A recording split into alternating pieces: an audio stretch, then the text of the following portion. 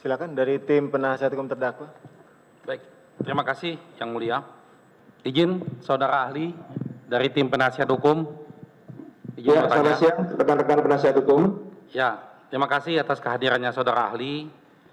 Walaupun jauh di Sleman, masih semangat untuk bisa hadir di sini. Terima kasih. Iya Pak, terima kasih Pak. Begini ahli, sebelum saya masuk kepada materinya, saya ingin mengkonfirmasi tadi yang disampaikan oleh rekan-rekan jaksa penuntut umum bahwa tadi BAP itu yang disampaikan tadi itu seperti apa adanya, benar adanya. BAP ahli sebelum pemeriksaan.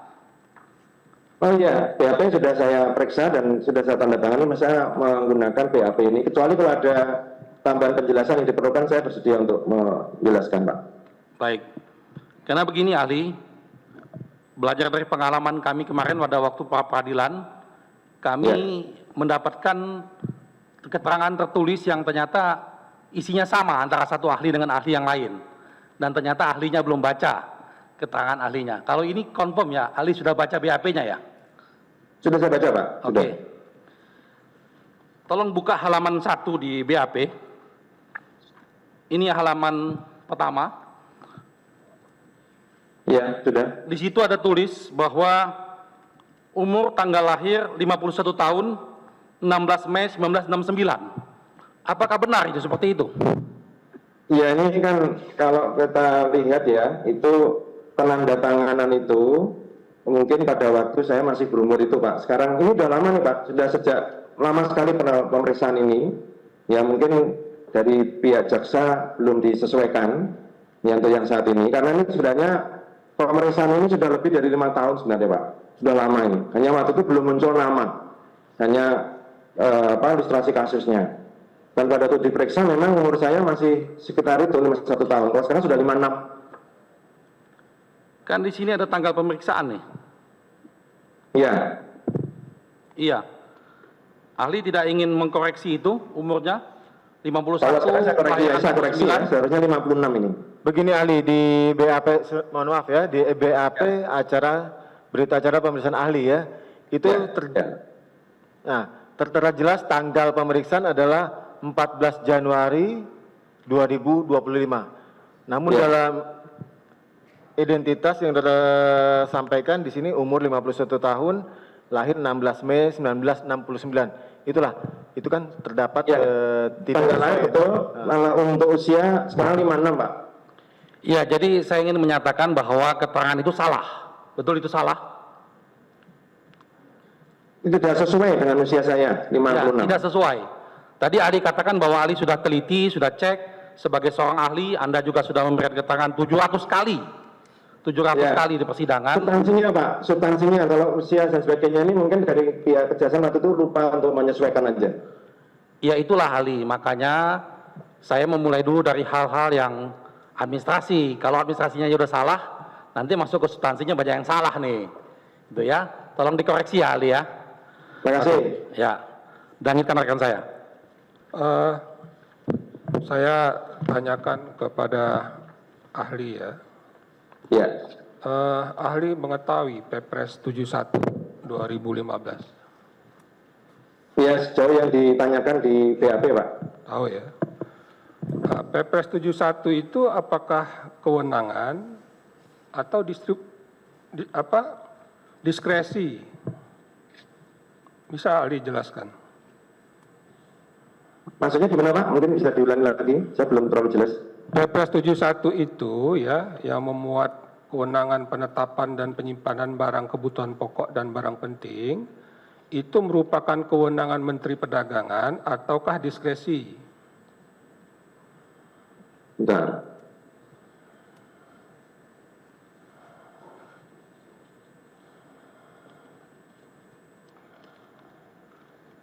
Kepres nomor 71.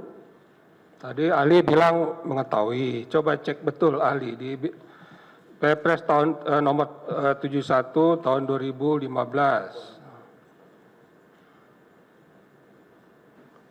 Itu kan pasal-pasalnya ditanyakan oleh jaksa tadi kan?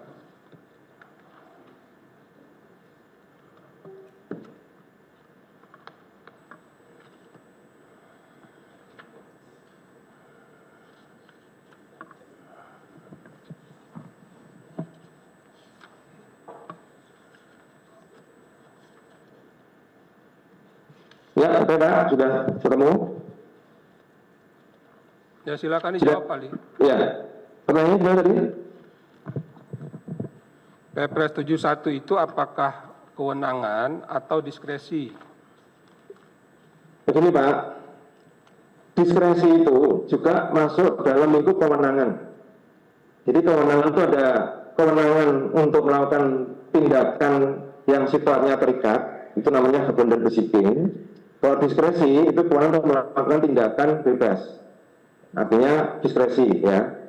Nah tadi yang ditanyakan Pak Jaksa, karena ada kata dapat, ya ada kata dapat, maka dalam hukum administrasi kata dapat itu mengandaikan atau memberikan satu penjelasan bahwa itu adalah norma diskresi. Nah, secara umum isi dari Perpres itu apakah kewenangan atau diskresi, Pak? Setiap peraturan itu di dalamnya bisa mengandung norma umum, bisa mengandung diskresi, Pak. Ya, artinya kan ditanyakan yang mana? Yang ditanyakan bagian mana? Secara umum, ahli. secara umum Ya, kalau setiap peraturan itu isinya bisa merupakan norma umum, tetapi ada hal-hal yang memang mengandung kewenangan diskresi. Demikian. apakah kewenangan itu ya, tadi kan dibilang diskresi itu bagian dari kewenangan gitu ya, betul ya Ali? Diskresi ada dalam lingkup kewenangan, betul. Berada dalam lingkup kewenangan. Kalau misalnya ya kebijakan itu sudah ada diatur dalam satu peraturan, itu disebut kewenangan atau diskresi itu? Jadi gini Pak ya, di dalam satu peraturan itu bisa mengandung norma yang sifatnya memberikan atribusi wewenang. Ada norma yang mengatur mengenai lingkup kewenangan. Dan yang tadi ditanyakan Pak Jaksa di pasal 57 itu norma yang di dalamnya mengandung kewenangan diskresi, begitu Pak? Yang saya tanya ini aturannya Pak Ahli, bukan pasal per pasal. Ya, di Perpres 71 itu berkenaan dengan penyimpanan atau stok barang ya, kebutuhan pokok atau barang penting ya. Itu isinya itu adalah terkait dengan bahan pangan ya. Nah, di situ diatur di Perpres itu sebenarnya kewenangan dari Menteri Perdagangan ya untuk melakukan tindakan-tindakan tertentu ya. Seperti itu. Nah, di pasal 5 dan seterusnya itu adalah kewenangan-kewenangan diberikan kepada menteri ya. Nah, yang saya tanyakan itu apakah perbuatan yang diatur di pasal 5 atau pasal di dalam Perpres 71 itu disebut kewenangan menteri atau diskresi? Ada tugas dan kewenangan dan ada yang memberikan ruang diskresi, Pak. Kalau memang itu sudah diatur, lalu apakah itu menjadi diskresi gitu? Diskresi pun juga diatur, Pak, untuk penggunaannya, syarat-syarat penggunaannya, mekanisme penggunaannya, begitu, Pak.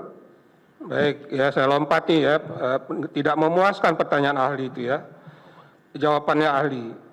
Kemudian di BAP ahli ya, disebut ya pasal 5 itu, pasal 5 ayat 7 ya, atau 8 ya, itu ada kata-kata di pasal 4 ya, sebentar. Di pasal 5 ya di Perpres 71 itu ya, mungkin saya sedikit singgung pasal per pasal ya karena ini konteksnya dengan penjelasan ahli di pasal 7. Di pasal 5 itu adalah ya itu disebutkan dalam kondisi tertentu yang dapat mengganggu kegiatan perdagangan nasional, pemerintah pusat wajib menjamin pasokan dan stabilisasi harga barang kebutuhan pokok dan barang penting ya. Jadi menjamin pasokan dan stabilisasi harga. Nah, di ayat 2 itu ya, kondisi tertentu yang dapat mengganggu kegiatan perdagangan nasional sebagaimana maksud pada ayat 1 merupakan kondisi terjadinya gangguan pasokan dan atau kondisi harga barang kebutuhan pokok dan atau barang penting tertentu berada di atas harga acuan atau di bawah harga acuan. Jadi yang disebut dengan adanya gangguan pasokan, kemudian adanya harga di atas harga acuan, ini disebut kondisi tertentu dalam Perpres ini. Nah, dalam melaksanakan kewajiban menteri dalam konteks mengatasi adanya kondisi tertentu, itu di pasal 3 ya, itu berhak ya atau berwenang dia melakukan tindakan menetapkan kebijakan harga, pengelolaan stok dan logistik, serta pengelolaan ekspor impor. Ya, ada 3 dia kewenangannya. Nah, terkait dengan jawaban ahli, ya dengan menafsirkan ketentuan pasal ayat 8-nya, ya, yang bunyinya dalam melaksanakan penugasan sebagaimana dimaksud pasal 7 huruf B, badan usaha milik negara dapat melakukan kerjasama dengan badan usaha lainnya. Di jawaban BAP, ahli mengatakan kerjasama itu adalah distribusi. Seperti itu ya, betul ya ahli ya? Iya. Nah, itu yang ditanyakan jaksa, jawab ahli adalah distribusi. Padahal di atas tadi sudah jelas-jelas dikatakan kewenangan itu, distribusi itu bagian salah satu dari kewenangan Mendak dalam mengatasi kondisi tertentu. Distribusi itu sendiri sebenarnya disebutkan di ayat 5-nya ya, pengelolaan stok dan logistik sebagaimana dimaksud pada ayat 3 dilakukan dengan cara huruf C, menyediakan atau mengoptimalkan sarana distribusi. Nah, pertanyaan saya, apakah ya itu penafsiran ahli atau bagaimana yang menyebutkan bahwa istilah kerjasama itu seolah-olah hanya distribusi? Mohon dijelaskan ahli. Iya betul Pak, itu penafsiran saya Pak. Jadi yang untuk pengelolaan ekspor impor kemudian penetapan harga bukan termasuk kerjasama dimaksud di ayat 8 gitu, seperti itu. Ya untuk impor termasuk, hanya tadi dalam bentuk kerjasama yang sifatnya distribusi. Ya maksudnya kerjasama itu apakah hanya distribusi atau termasuk penetapan harga dan pengelolaan ekspor impor? Oh ya, termasuk juga dengan penetapan harga dan pengelolaan ekspor impor Pak. Oh, baik. Ya. Kemudian pertanyaan selanjutnya adalah terkait dengan ketentuan pasal 4 ya, di BAP ahli disebutkan, Pak saya bacakan ya, impor pasal 4 di Permendak 117 ya, impor gula kristal putih, plantation white sugar hanya dapat dilakukan dalam rangka mengendalikan ketersediaan dan kestabilan harga gula kristal putih, plantation white sugar. Nah, ahli menerjemahkan kata hanya ini ya, itu sebagai norma tertutup ya.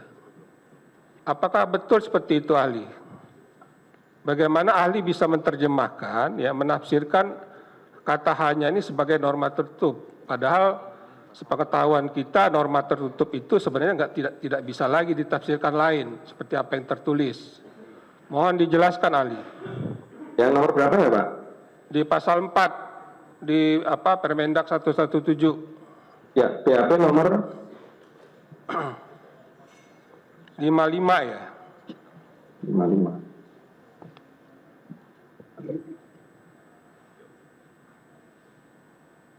Oh, BAP 55 ya. Oke. Ya, ini saya mengikuti penggunaan frase itu, Pak. Penggunaan frase hanya menyebabkan itu menjadi norma tertutup dan hanya dimanai terbatas pada impor gula kristal putih. Tetapi ini dengan catatan juga Pak, pertama saya bukan ahli pangan, jadi untuk lebih mendalami tentu harus dihadirkan ahli yang memang di bidang pangan tersebut. Oke, biasanya dari PB gitu. Jadi kalau untuk soal substance-nya saya yang mengukur dari aspek hukum administrasinya, tapi soal substansi mengenai pangan dan soal gulanya sendiri itu saya tidak memiliki kompetensi di situ. kalau ahli bisa kasih pendapat ya, pasal 4 itu apakah sebagai keharusan? Karena ahli menyebut norma tertutup gitu. Ya, saya menyampaikan pendapat hanya dalam perspektif bidang hukum administrasinya Pak, bukan di bidang pangannya ya. Itu kan ada kalimat impor gula kristal putih plantation white sugar hanya dapat dilakukan dalam rangka mengendalikan ketersediaan dan stabilan harga gula kristal putih. Ini karena kata hanya dapat itu. Jadi pilihan diksi kata hanya ini menyebabkan pembaca norma itu menafsirkan ini menjadi norma yang tertutup untuk frase di belakang kata hanya. Jadi saya hanya dari perspektif normanya ya Pak, bukan pada pertimbangan misalnya mengenai gulanya dan sebagainya, saya tidak menguasai bidang itu. Demikian Baik. Pak. Kalau gitu bisa ahli kasih pendapat. Apa makna pasal 4 ini? Sesuai normanya, ya kalau tadi dikatakan ya hanya dapat dilakukan dalam rangka mengendalikan ketersediaan dan stabilan harga kristal putih. Maka lingkup frase di belakang kata hanya ini dimaknai terbatas hanya pada tujuan yang ingin dicapai di situ, mengendalikan ketersediaan, stabilan harga gula kristal putih. Demikian Pak. Baik, saya tidak menyimpulkan ya, itu pendapat ahli ya. Ya. Saya teruskan ahli ya. Tadi ahli menyatakan ya, kalau suatu kebijakan ya atau keputusan pejabat TUN Ya. tidak sesuai dengan peraturan undang-undang, maka dianggap tidak sah gitu ya. Itu saya dengar tadi, betul ya? Standar normanya begitu. Standar normanya begitu Pak. Baik, ahli bisa nggak jelaskan apa sih beda antara tidak sah sama dapat dibatalkan menurut Undang-Undang Administrasi Pemerintahan? Baik, tidak sah ini berbicara mengenai kondisi sebuah tindakan, apakah itu pengaturan atau keputusan yang tidak sesuai dengan peraturan dasarnya. Itu kondisinya tidak sah tadi. Nah, kalau akibat hukumnya ada 3, batal, nitoh, kemudian batal demi hukum, nitoh van reswege, dan yang ketiga dapat dibatalkan atau vernitoh bar. Nah, kata batal ini mengandaikan bahwa tindakan tadi itu dengan sendirinya tidak mengikat tanpa ada perlu putusan atau keputusan yang membatalkan. Sedangkan kata batal demi hukum, akibat ini dianggap tidak pernah ada. Jadi pengaturan tadi dianggap tidak pernah ada sejak dari awal atau ex nihilo. Sedangkan dapat dibatalkan itu adalah pembatalan yang dilakukan baik oleh keputusan pejabat yang membatalkan maupun pengadilan. Dan akibat hukum masih diakui sampai dengan saat pembatalan dilakukan. Demikian Bapak. Nah, kalau misalnya yang terjadi adalah menjadi tidak sah, ya, lalu apa prosedur berikutnya atau akibat hukum berikutnya terhadap keputusan atau kebijakan tersebut? Ya, karena saya ditanya dalam lingkup hukum administrasi ya Pak. Jadi kalau itu merupakan tindakan yang tidak sah dalam hukum administrasi itu ya tindakan itu menjadi tidak mengikat gitu. Nah kalau ditanyakan tindakan organisasinya, ya tentu di lingkungan kementerian itu ada misalnya melakukan konversi kebijakan atau mungkin mengeluarkan penggantian kebijakan dan seterusnya. Demikian Pak. Nah, bagaimana dengan ketentuan pasal 70 ayat 3-nya, ahli? Ya, dalam hal keputusan yang mengakibatkan pembayaran dari uang negara dinyatakan tidak sah, badan atau pejabat pemerintahan wajib mengembalikan uang ke kas negara. Ini bisa dijelaskan? Ya, itu memang mekanisme standar dalam hukum administrasi negara yang diatur baik dalam Undang-Undang Administrasi Pemerintahan maupun di dalam undang-undang yang mengatur keuangan negara ya, misalnya PP 38 2016 tentang penyelesaian secara administratif tentang kerugian negara. Nah, hukum administrasi karakter normanya itu adalah karakter norma yang sifatnya perbaikan, reparatur. Maka ketika misalnya ada kerugian negara, ya kerugian itu harus dikembalikan supaya terjadi pemulihan dari kondisi keuangan negara yang rugi tadi. Demikian Pak. Baik. Terakhir, ahli bisa jelaskan sebenarnya kewenangan yang ada di Permendak itu apabila diatur di atas aturan di atasnya, ya, itu apakah lalu kewenangan di Permendak itu bisa dikesampingkan? Ya, Permendak saya rasa ini kan melaksanakan, menurut pendapat saya ya, Permendak itu kan diperintahkan oleh undang-undang yang lebih tinggi ya, bisa undang-undang perdagangan, bisa PP, bisa Perpres. Maka pelaksanaan dari aturan itu ya melalui peraturan Permendak tadi. Sehingga seharusnya kan aturan yang lebih tinggi itu tidak berbeda dengan apa yang diatur di peraturan menterinya. Maka untuk mengesampingkan Permendak itu ada mekanismenya Pak, misalnya melalui pencabutan ya, pencabutan oleh menteri yang bersangkutan, atau kalau ada dari pihak masyarakat bisa mengajukan uji materi ke Mahkamah Agung. Jadi tidak bisa saja dibatalkan tanpa melalui mekanisme hukum yang berlaku. Demikian. Baik, diteruskan yang mulia. Izin yang mulia, terima kasih. Saudara ahli, masih dari penasihat hukum. Dalam memberikan keterangan keahlian, baik di dalam BAP, apakah saudara ahli juga diberikan informasi mengenai kasus ini? Di ilustrasi? Ya. Ya. Baik. Selanjutnya, saya masih mau meneruskan pertanyaan dari rekan saya tadi yang saya rasa belum clear mengenai pasal 4. Ya. Di situ dikatakan secara tegas, impor gula kristal putih, plantation white sugar, hanya dapat dilakukan dalam rangka mengendalikan ketersediaan dan kestabilan harga gula kristal putih. Ada aturannya ya Bapak pegang ya? Ya. Baik, pertanyaan saya, impor atau aturan tersebut berlakunya untuk gula kristal putih atau untuk gula yang lain? Ya.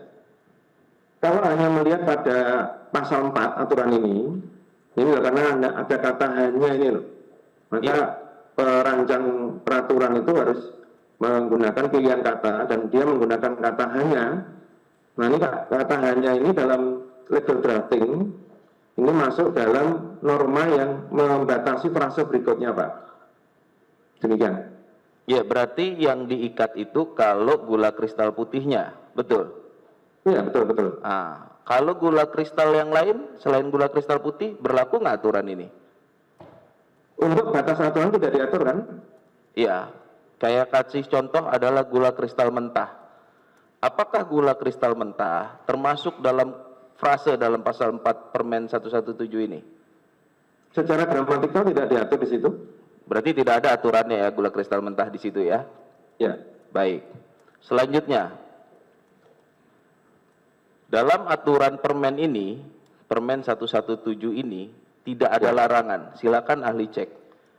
Mengimpor gula kristal putih dan merubahnya menjadi gula kristal mentah. Pertanyaan saya, dalam konteks keahlian saudara ahli, ketika tidak ada larangan, apa tidak diperbolehkan? Ketika tidak ada larangan, ya, ini tidak ada nih larangan. Silakan dicek di Permen 117. Ya. Tidak ada larangan mengimpor gula kristal mentah yang kemudian gula kristal mentah Begini itu saudara penasihat hukum ya, itu kan pendapat saudara ya. Saya pikir diilustrasikan saja apabila dalam suatu peraturan tidak ada. Ya. Tapi Izin tidak yang perlu mulia. langsung menunjuk. Terima kasih. Saya nanya dari aturan. Ya. Saya nanya Dalam suatu aturannya. aturan ya. Ketika tidak diatur, apakah itu dilarang? Kan itu. Saya tidak nanya ininya. Kan di aturan Tidak sini. langsung menunjuk pada Permendak. Iya, Permendak. Baik, silakan. Silakan saudara ahli. Ya, betul Pak. Jadi yang ditanyakan tadi kan pada pasal 4 ya. Pasal 4 ini mengecualikan keterbatasannya hanya pada soal pengendalian kesediaan kestabilan harga gula kristal putih. Nah, kemudian kalau kita membahas yang lain, kita perlu juga melihat rangkaian peraturan perundang-undangan yang terkait. Karena kalau kita bicara tadi soal objeknya, gula kristal merah, kristal putih tadi, itu kan juga ada bagian pengaturan mengenai misalnya diskresi menteri ya, diskresi menteri, adanya kondisi tertentu dan sebagainya. Nah ini semua menjadi bagian yang seharusnya dipertimbangkan di dalam pengambilan keputusan. Jawaban saya itu aja Pak. Izin Pak, saya belum tanya dan tidak menanyakan hal tersebut, mohon maaf. Tapi pertanyaan saya adalah, kan ahli adalah ahli hukum administrasi negara. Pertanyaan kedua tadi sudah membaca Permen 117. Ya kan? Pertanyaan ketiga saya tadi menyangkut dengan pasal 4. Ya kan? Pertanyaan keempat saya adalah ketika dalam aturan permen ini, kita masih membahas permen, itu tidak ada larangan ya akan suatu hal. apakah ketika perbuatan tersebut dilakukan itu berarti melanggar ketentuan peraturan ini? Ya. Tidak ada norma larangan terhadap Secara suatu umum hal. Pak ya, jadi memang batasan bertindak pejabat administrasi itu peraturan perundang-undangan yang berlaku. Kalau memang ternyata ada larangan, itu tidak boleh dilakukan. Tetapi kita juga lihat bahwa tindakan pejabat pemerintah itu luas sekali. Maka hukum administrasi juga mengatur adanya asas-asas umum pemerintahan yang baik. Jadi kalau misalnya ya, tadi ada pertanyaan, kalau tidak dilarang, apakah boleh dilakukan? Sepanjang tidak melanggar Code of Ethics ya, jadi sebenarnya itu lebih ke etika pejabat pemerintahan di AOPB. Misalnya tindakan itu ternyata justru memberikan kepastian hukum, maka tindakan itu tidak bertentangan dengan AOPB. Sambil contoh aja, sambil ilustrasi ya Pak ya. Di tahun 2020, setelah saya menulis buku ini, seharusnya yang dilakukan pemerintah pada waktu itu adalah melakukan amandemen perubahan atas undang-undang APBN. Tetapi kalau anggota DPR itu kumpul itu kemudian banyak terpapar COVID. Akhirnya diambil kebijakan Perpu 1 2020. Nah, dengan mengeluarkan Perpu tadi, pemerintah lalu kemudian memintakan susunan DPR lahirlah Undang-Undang 2 2020 tentang stabilitas kebijakan keuangan dan seterusnya itu ya. Nah, di situ bahkan pemerintah kemudian melakukan tindakan yang oleh undang-undang bahkan nggak boleh Pak. Jadi nggak boleh waktu itu kan, harusnya kan merubah APBN, tapi ini tidak mengeluarkan undang-undang darurat, yaitu Undang-Undang 2 2020. Dan ternyata undang-undang itu menyelamatkan. Undang-undang itu justru memungkinkan kita melakukan realokasi dan refocusing anggaran. Vaksin masuk, pengobatan kemudian juga tertangani dengan baik. Ini sebenarnya kalau kita amati sebenarnya justru ada larangan aturan itu. Tapi pemerintah justru melakukan dengan mengeluarkan norma yang merelaksasi aturan.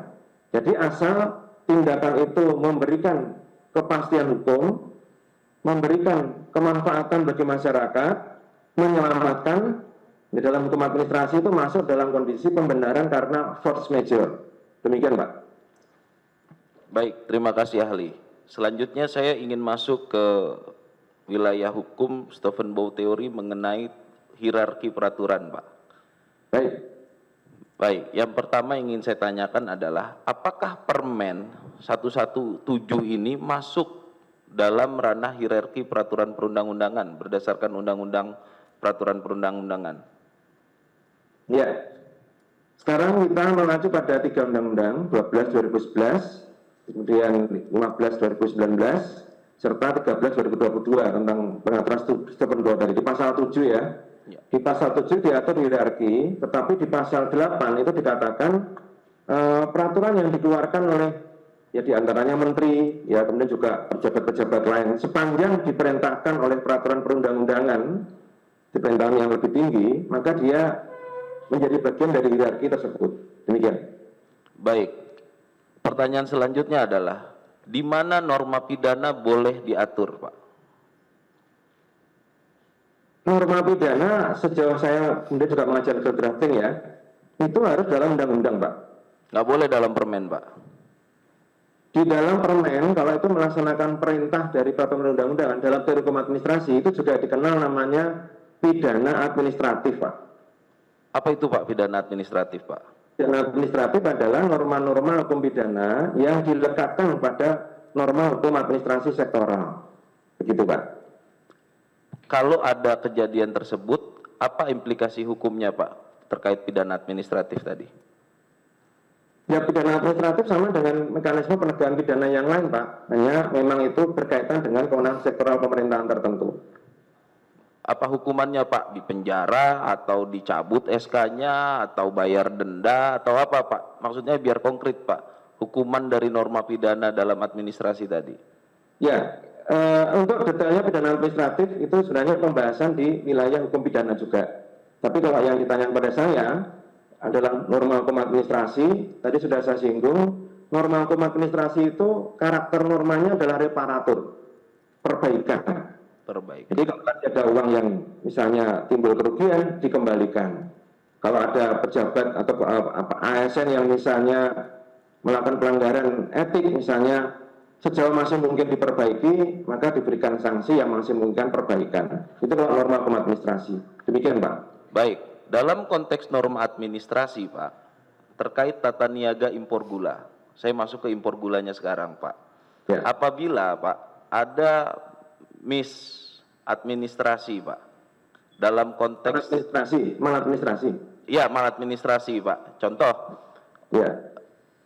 dalam wilayah mana aja, Pak, terkait importasi itu peraturannya dapat menjadi sebuah pidana administrasi, Pak.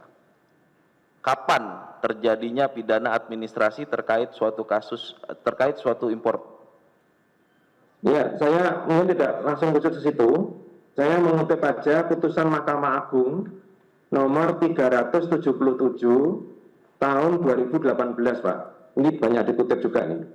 Nah, di situ sebenarnya soalnya soal pengadaan.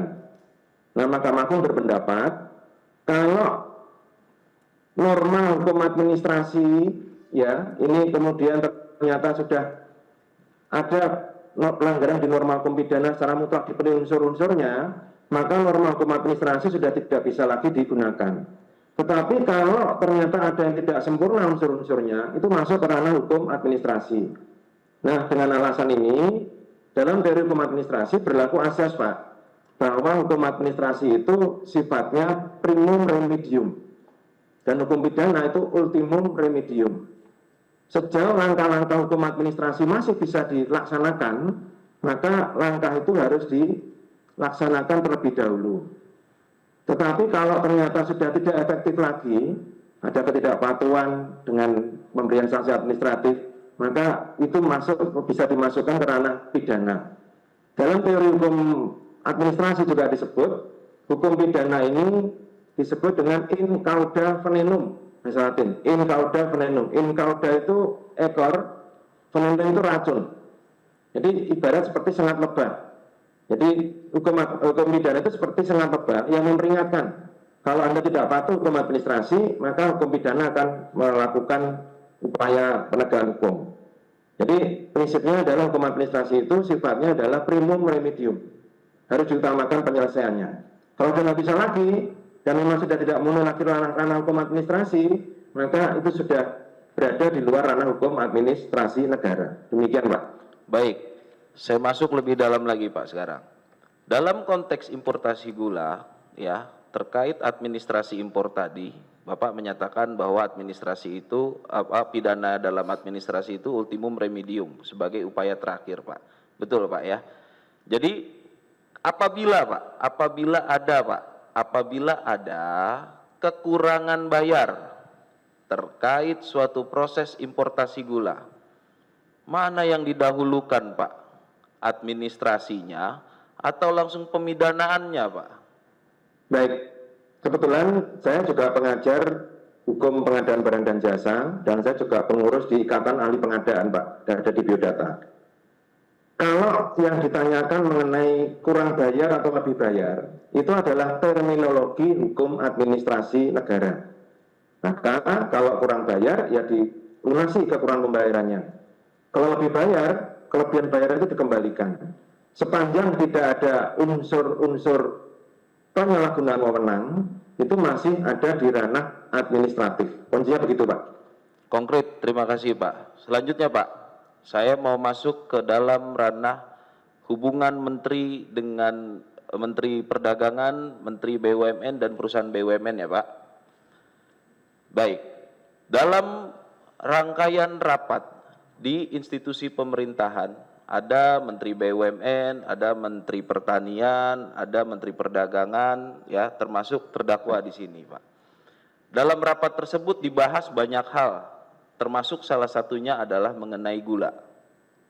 Nah, salah satu keputusan dalam rapat-rapat tersebut adalah satu, bahwa apabila melakukan impor, importlah gula kristal mentah. Yang kedua, apabila melakukan impor, tunjuklah BUMN. Pertanyaan saya adalah, ketika sudah ada dua keputusan tersebut dalam rapat, dan dilaksanakan oleh kementerian teknis terkait, dalam hal ini adalah Menteri Perdagangan, apakah surat atau pelaksanaan dari keputusan tersebut merupakan suatu perbuatan melawan hukum atau penyalahgunaan wewenang, Pak? Begini, bagus sebetulnya Pak. Ketika memang sudah ada sebuah, saya sekolah dulu namanya rapat interdep ya, kalau sekarang antar kementerian. Nah, rapat itu dalam teori pembuatan keputusan itu masuk dalam konsideran faktual. Maka seharusnya ketika akan mengeluarkan keputusan atau tindakan, supaya kemudian juga ada reasoning, dalam bukunya David Ford disebutkan keharusan untuk memberikan reasoning, alasan dalam membuat keputusan. Nah, sepanjang itu dimasukkan di dalam konsideran faktual, bab menimbang, dan kemudian keputusan itu dirujuk pada dasar-dasar peraturan perundang-undangan yang mendasari keputusan, maka ini adalah keputusan yang sesuai dengan hukum. Demikian, Pak. Baik, kalau gitu keputusannya sesuai dengan hukum ya, Pak? Dengan kriteria tadi ya, Pak? Ya. Apakah pada saat dimintai keterangan Bapak ditunjukkan terkait persetujuan impor yang diterbitkan oleh Kemendak, Pak, terkait 8 perusahaan gula rafinasi? Yang saya baca dan saya diskusikan dengan penyidik adalah keputusan mulai halaman 21 sampai dengan halaman 26, Pak. Maksud saya, Pak, Bapak ditunjukin nggak persetujuan impor yang tadi kita diskusikan di awal temanya? Persetujuan impornya Bapak ditunjukin nggak surat-surat itu, Pak? Saya tidak membaca itu, dia ditunjukkan hanya yang ada di BAP ini aja, Pak. Di batas BAP ini aja. Izin yang mulia dan izin dari rekan jaksa, mohon agar kami bisa gabung di Zoom, agar bisa menunjukkan persetujuan impor yang kami maksud dalam pertanyaan kami. Tak diaksep di sananya, Bang. Minta tolong, terima kasih. Sambil menunggu, Saudara Ahli, saya lanjutkan pertanyaan saya, Saudara Ahli. Dalam Perpres 71, itu mengatur mengenai kewenangan Menteri Perdagangan dalam menunjuk BUMN agar BUMN menjalankan kerjasama dengan perusahaan-perusahaan swasta. Pertanyaan pertama saya, apakah sesuai ketentuan Perpres tersebut ketika sudah dilaksanakan, maka ada intervensi atau ada hubungan hukum lagi antara Menteri Perdagangan dengan perusahaan BUMN terkait? Dalam Perpres diatur, ya Pak, coba secara perlahan, dalam Perpres diatur bahwasanya Menteri Perdagangan bisa menunjuk perusahaan BUMN dapat bekerja sama dengan perusahaan swasta. Nah, pertanyaan saya adalah ketika sudah dilakukan penunjukan, ya, dan perusahaan BUMN tersebut sudah berkomunikasi dan bekerja sama dengan perusahaan swasta tersebut, apakah masih ada lagi, Pak, hubungan hukum tersebut, Pak, dalam teorinya, Pak? Karena Menteri BUMN bukan pemegang, karena Menteri Perdagangan bukan pemegang saham dari perusahaan BUMN. Ya, menurut saya kan kalau soal BUMN itu memang di ranah kewenangan Menteri BUMN. Sementara tugas dari Menteri Perdagangan berdasarkan Perpres 71 ya 2015 tadi hanya pada pertimbangan perlu tidaknya untuk menugaskan BUMN. Tapi ini pertimbangan yang kedua tadi ya Pak ya, yang Bodeling Frehe tadi, mempertimbangkan tidak boleh memilih atau menunjuk yang lain. Kalau sudah menunjuk BUMN dan BUMN kerjasama dengan pihak yang lain, itu tentu sudah menjadi ranah dari BUMN tersebut. Demikian Pak. Ya, berarti itu jadi ranahnya BUMN ya, Pak? Ya, itu ranah BUMN. Bukan ranah Menteri Perdagangan lagi ya, Pak? Dan Menteri Perdagangan sudah menunjuk BUMN-nya, Pak. Berarti sudah terputus di situ ya, Pak? Lalu bekerjasama dengan pihak swasta. Baik, kalau gitu saya mau minta pendapat ahli. Bagaimana pertanggungjawaban pidana ketika BUMN tersebut melakukan hubungan bisnis ya, B2B, berdasarkan penunjukan tadi, itu pertanggungjawaban secara pidananya terhadap Menteri Perdagangan yang menunjuk itu gimana, Pak? Kalau tanggung jawab pidana saya tidak bisa menjawab, Pak. Yang saya tahu hanya hukum administrasinya, Pak. Baik. Masih ada hubungan hukum nggak, Pak, setelah penunjukan kalau gitu, Pak? Kalau menurut pendapat saya dalam bidang hukum administrasi, tugas Menteri BUMN hanya mengawasi apakah penugasan tadi terlaksana dengan baik atau tidak, dan apakah tujuan untuk ya di sini menetapkan harga, kebijakan harga, pengelolaan stok dan logistik dan pengelolaan ekspor impor terlaksana atau tidak. Itu batas tanggung jawabnya. Baik. Apakah itu yang melaksanakan menteri atau dirjen atau staf pengawasan atau apa, Pak? Dalam konteks hukum administrasi negara, ya kan? Kalau kita kaitkan dengan jawaban Bapak tadi masalah delegasi dan mandat, ya terkait hal barusan ini, itu apakah menjadi tanggung jawabnya menteri dalam melakukan pengawasan atau tugas dari dirjen dan staf di bawah, Pak? Ya gini, Pak, di dalam organisasi kementerian itu kan tidak satu-satunya menteri yang harus bertanggung jawab untuk semua hal. Maka di dalam organisasi kementerian itu kan dibagi, Pak. Menteri itu posisinya adalah pada strategic APEC, kebijakan strategis. Menteri dibantu oleh middle line, misalnya sekjen, ada dirjen, kalau pengawasan ada irjen. Nah, middle line menghubungkan dengan operating core. Setiap struktur organisasi jabatan di dalam kementerian itu memiliki tanggung jawab administratif masing-masing. Maka kalau soal pengawasan, itu sebenarnya ada di ranah Inspektorat Jenderal atau mungkin ada kementerian mengenai istilah inspektorat. Tidak semuanya harus menteri yang kemudian mengelola, Pak. Demikian. Baik, clear. Selanjutnya, Pak. Tadi Bapak menjelaskan mengenai keuangan negara juga, Pak. Izin saya masuk ke wilayah keuangan negara sekarang, Pak, ya. Ya, silakan, Oke, Pak. ilustrasinya saya sambung dengan kasus yang tadi saya contohkan, Pak. Si BUMN yang ditunjuk ini, Pak, itu kan Bapak menyatakan bahwa keuangannya pun masuk ranah keuangan negara, betul, Pak? Iya, putusan MK 48 dan 62, Pak, 2013. Baik. Sekarang pertanyaan selanjutnya, Pak. Si BUMN yang bekerja sama dengan perusahaan swasta ini, ya, itu tidak memiliki anggaran, Pak, untuk melaksanakan kerjasama. Akhirnya anggaran tersebut diambillah dari salah satu perusahaan swasta yang merupakan distributor dari si BUMN tersebut. Berjalanlah kerjasama antara BUMN dengan perusahaan swasta menggunakan uang si swasta tadi, Pak. Swastanya di sini distributor ya, Pak, bukan swasta importir. Jadi saya bedakan dulu ya, Pak. Jadi ada swasta importir yang menerima persetujuan impor, ada swasta yang melaksanakan distribusi, Pak. Ya. Nah, di tengah-tengah ini ada BUMN, Pak. Ya. Uang swasta yang digunakan dalam konteks uang swasta di sini adalah distributor, ya Pak, oleh si BUMN yang di tengah tadi, yang digunakan untuk membayar ke perusahaan swasta yang importir tadi tersebut, apakah itu adalah uang negara juga, Pak?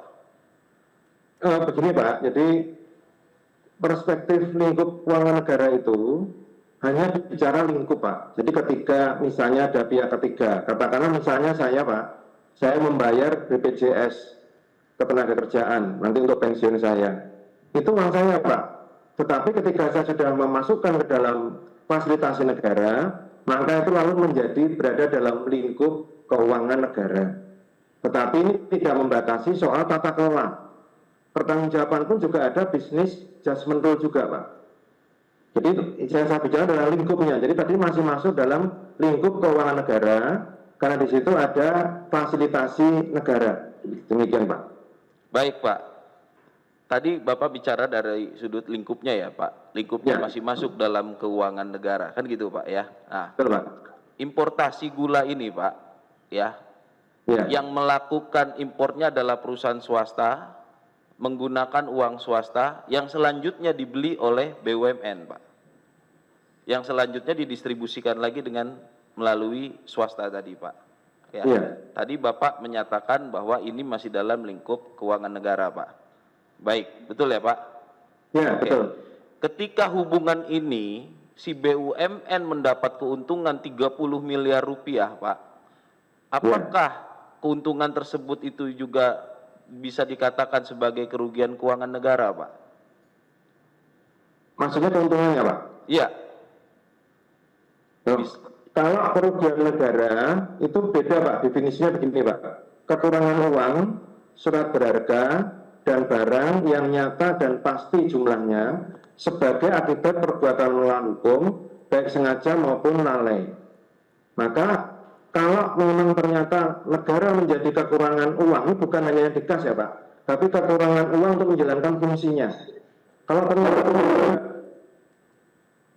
ternyata tidak ada kekurangan uang dan bahkan untung, yang bukan kerugian negara Pak.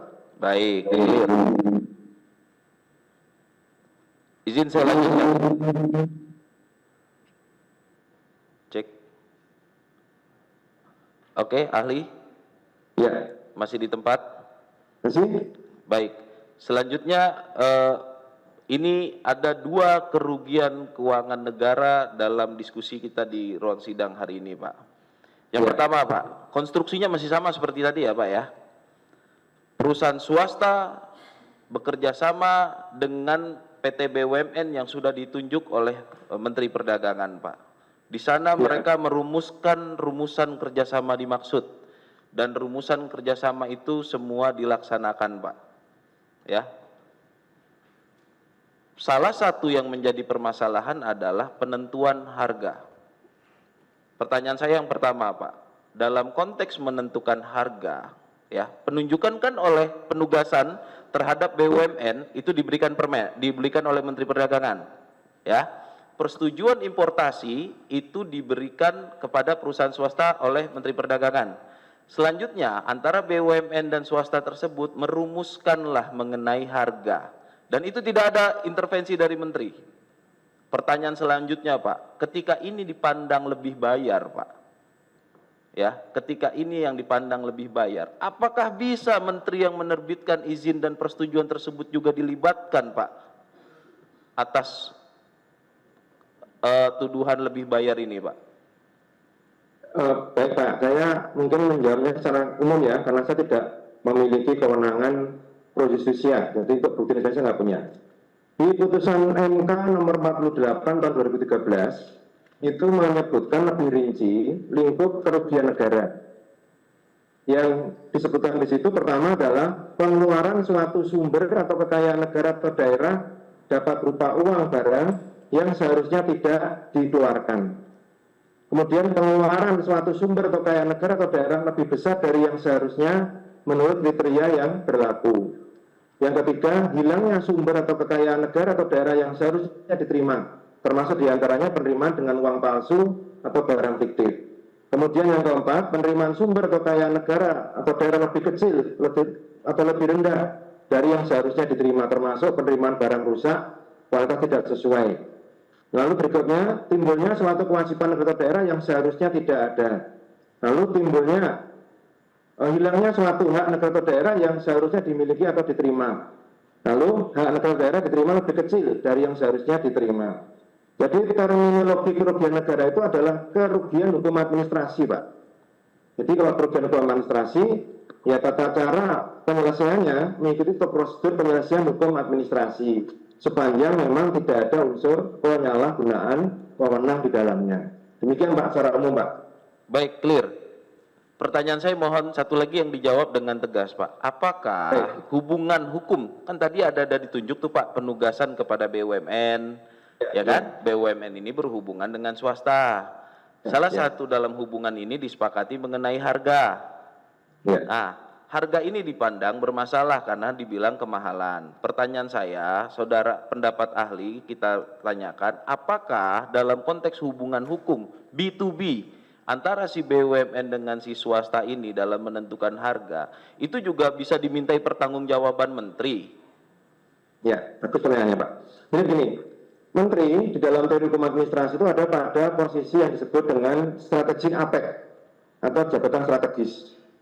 Nah, yang tadi ditanyakan ketika sudah menugaskan, itu sudah masuk ke ranah operating core, ranah pelaksanaan. Nah, dalam hal ini adalah ketika seorang menteri, ini umum ya Pak ya, tidak menunjuk tertentu, seorang menteri, dia masih dalam kapasitas tanggung jawab strategisnya.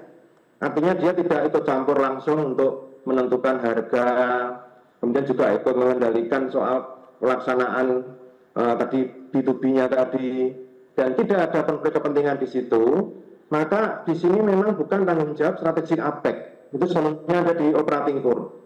Atau kalaupun itu ada jabatan yang langsung mengendalikan dan mengelola pelaksanaan relasi B2B yang menimbulkan adanya selisih harga tadi, Pak.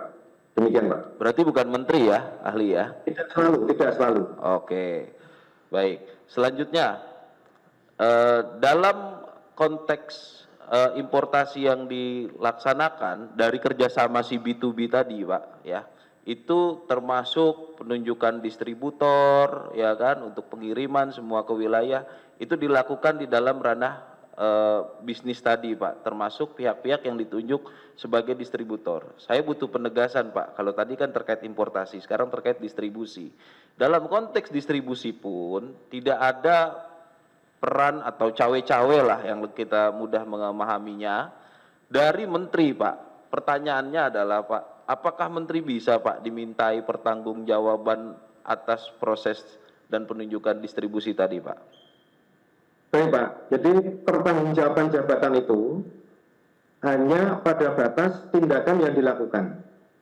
Kalau menteri, tadi saya katakan ada pada posisi strategik aspek, dia di atas, Pak, mengontrol jangan strategis. Terpenuhi nggak kebutuhan gula dan sebagainya, itu tanggung jawab menteri untuk mengukur dengan visi misi presiden. Nah, ketika di dalam operating core ada permasalahan dan di situ memang sama sekali nggak ada peran menteri di situ, artinya menteri tidak cawe-cawe tadi menurut istilah Bapak, tidak ada fraud di situ, menteri tidak mendapatkan keuntungan. Ya, menteri dalam konteks hukum administrasi tidak bertanggung jawab langsung, Pak. Oke, clear. Terakhir, Pak, Bapak tadi nyinggung presiden, jadi saya tanyain ya, Pak.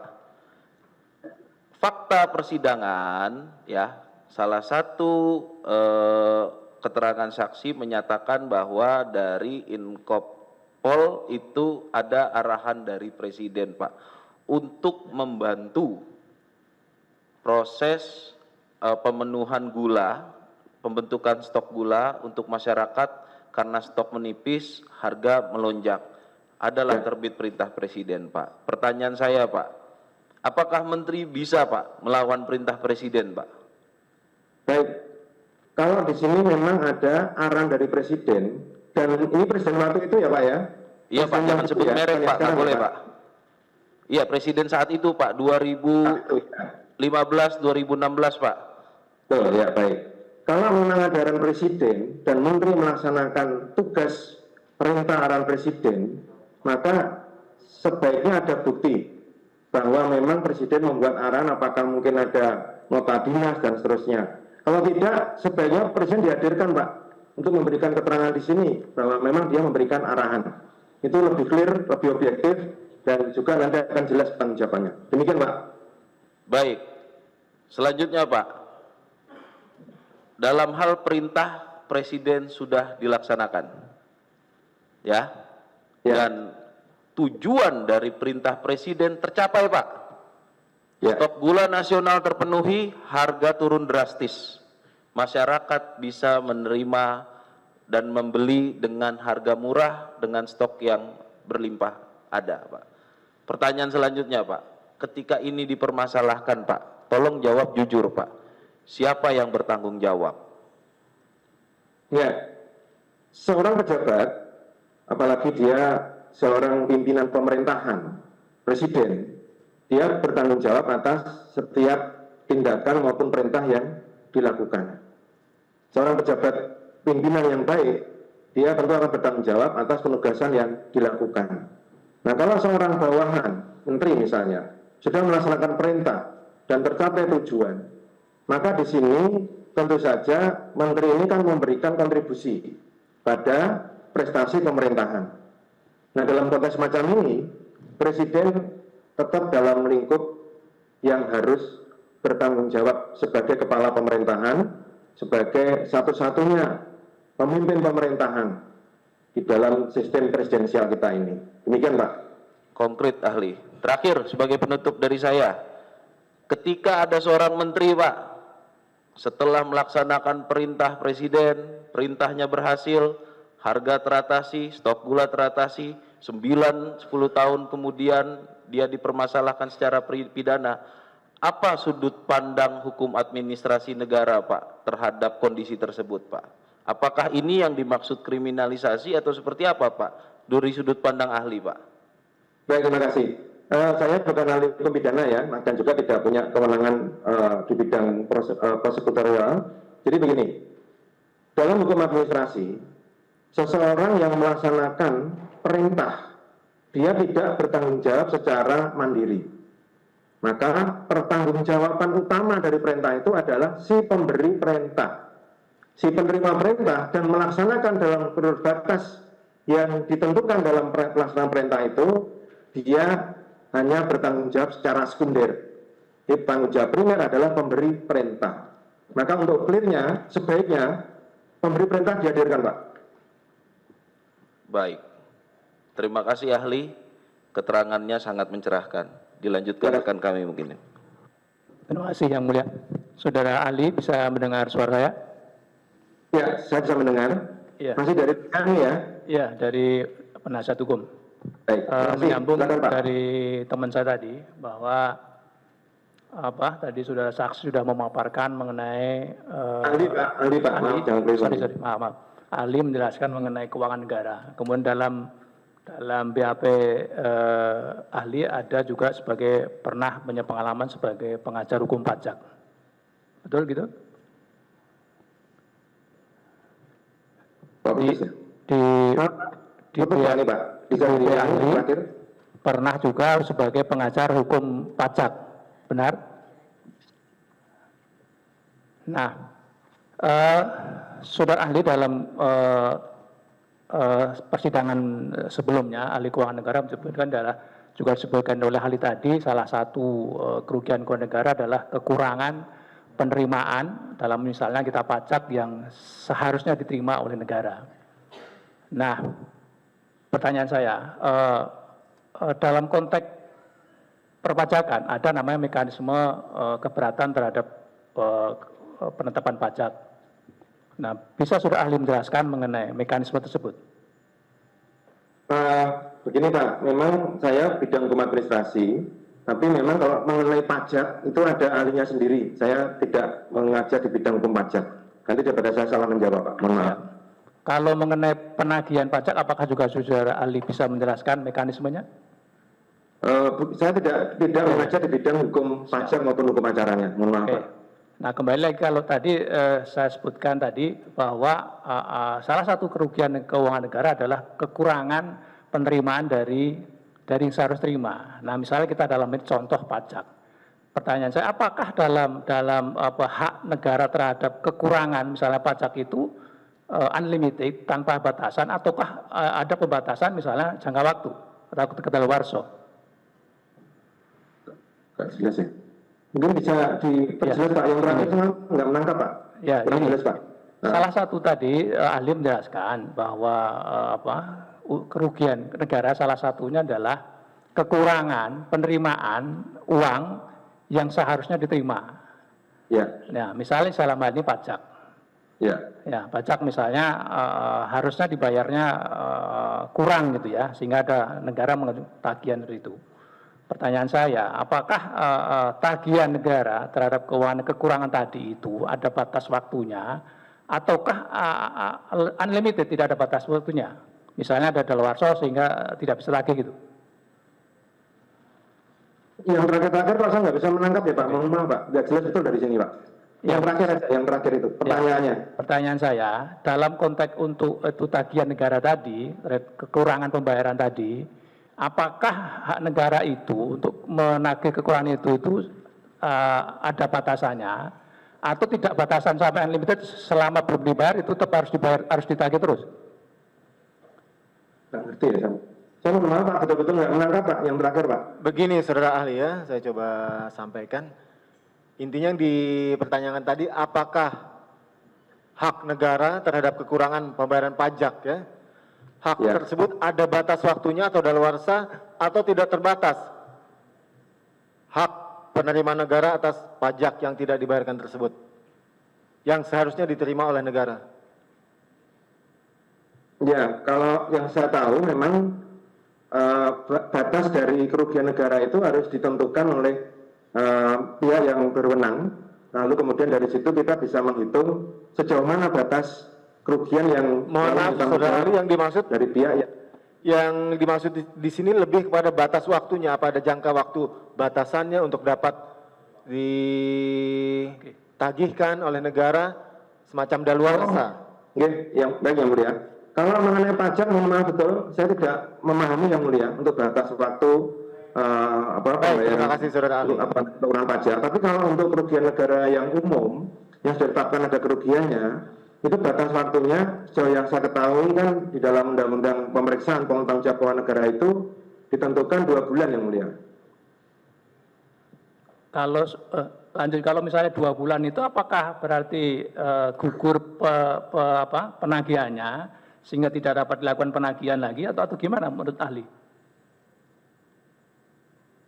Ini bukan yang pajak ya. Jadi kalau misalnya sudah ditetapkan oleh auditor ada kerugian negara, misalnya katakanlah 2 miliar misalnya, maka dalam waktu 2 bulan itu 2 kali 30 hari itu 60 hari itu ya harus sudah dilakukan pembayaran atas kekurangan pembayaran tadi. Ini kalau untuk keuangan negara umum, tapi kalau pajak saya kurang paham Pak. Oke. Tidak mempelajari khusus. Terima kasih Yang Mulia. Dikit Yang Mulia. Ahli, saya balik lagi ke Perpres 71 ya. Masih dari penasihat hukum, saudara ahli? Masih dari Oh ya baik. penasihat hukum. Baik, yang mulia. Itu kan Perpres penetapan presiden itu kan pelaksanaan dari suatu undang-undang, betul ya ahli? Iya betul. Nah, Perpres 71 itu sebenarnya turunan dari pasal 25 Undang-Undang Nomor 7 Tahun 2014 tentang perdagangan ya. Iya. Nah, kemudian di pasal 13 di Perpres 71 ya, itu disebutkan dalam rangka mengendalikan ketersediaan barang kebutuhan pokok dan atau barang penting secara sendiri atau bersama-sama menteri dan menteri atau kepala lembaga pemerintahan non kementerian dapat membuat kebijakan dan pengendalian sesuai dengan tugas pokok dan fungsinya terhadap seluruh dan atau beberapa barang kebutuhan pokok dan atau barang penting sebagaimana dimaksud dalam pasal 2 ayat 6 ya. Nah, apakah pasal 13 itu ya betul-betul memberikan ya kewenangan kepada menteri dalam mengendalikan ketersediaan barang kebutuhan pokok? Iya. Tadi di pasal yang disebutkan, pasal 13 tadi, kalau tipe normanya adalah tipe norma yang memberikan delegasi wewenang untuk memutuskan atau mengambil kebijakan dengan requirement, dengan persyaratan tertentu. Maka kalau tadi ditanyakan, norma semacam ini memungkinkan untuk dilakukannya tindakan diskresioner. Demikian. Baik. Terakhir ahli, kalau di undang-undang ya, itu kan dibuat oleh DPR dengan pemerintah ya. Betul, betul. Dalam merumuskan undang-undang itu ada yang disebut memori vantoleting gitu ya. Betul. Betul ya. Nah, kalau Permendak ini ya, siapa yang paling mengerti makna yang diatur di pasal-pasal Permendak? Kalau menyangkut Permendak ya seharusnya Menteri Perdagangan Pak dan aparatnya yang melaksanakan. Ya, menteri ya. Iya. Baik, cukup yang mulia. Dari tim penasihat hukum cukup? Cukup.